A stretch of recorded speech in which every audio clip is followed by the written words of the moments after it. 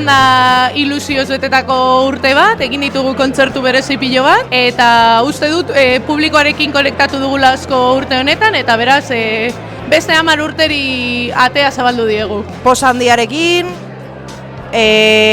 ekintzaz beteta, eta ekintza gehiago egiteko gogoekin. Helburuak beteta. Gauza asko egin ditugu eta gainera, ekarritako kontzertua bebai, eztabaida apur bat sortu dute. Azkenean aniztasun apur bat landu dugulako eta horrela, eta gitxienez honera edo txarrerako, jentak berba egin du, baina gu oso pozik gaude. Zer ezagotzu, hitz batean definitzea, itxaropena.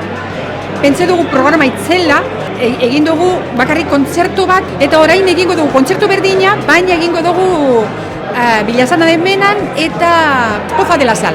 Urtengo urte horreneko partidua ez da 22 izan, 50 izan da, eta partidu guztia bezala zaila. Zaila gogorra izan da, baina ondo entrenatutako gai izan da, nik uste dut ondo urten dela, eta azkenan sari polita hartu dugu bebai, batez be eskerrona, jendearen eskerrona, hori izan da importantena. Definituko neuke gauza ederba moduan.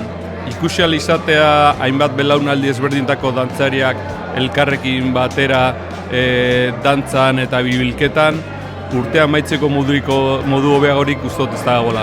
Urte bat hunkigarria, oso polita.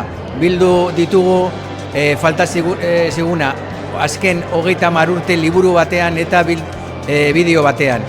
Eta hartu ditugu jende guztien esperientziak, oso polita hunkigarria. Segi horrela sare hau, galdakoren bihotza da.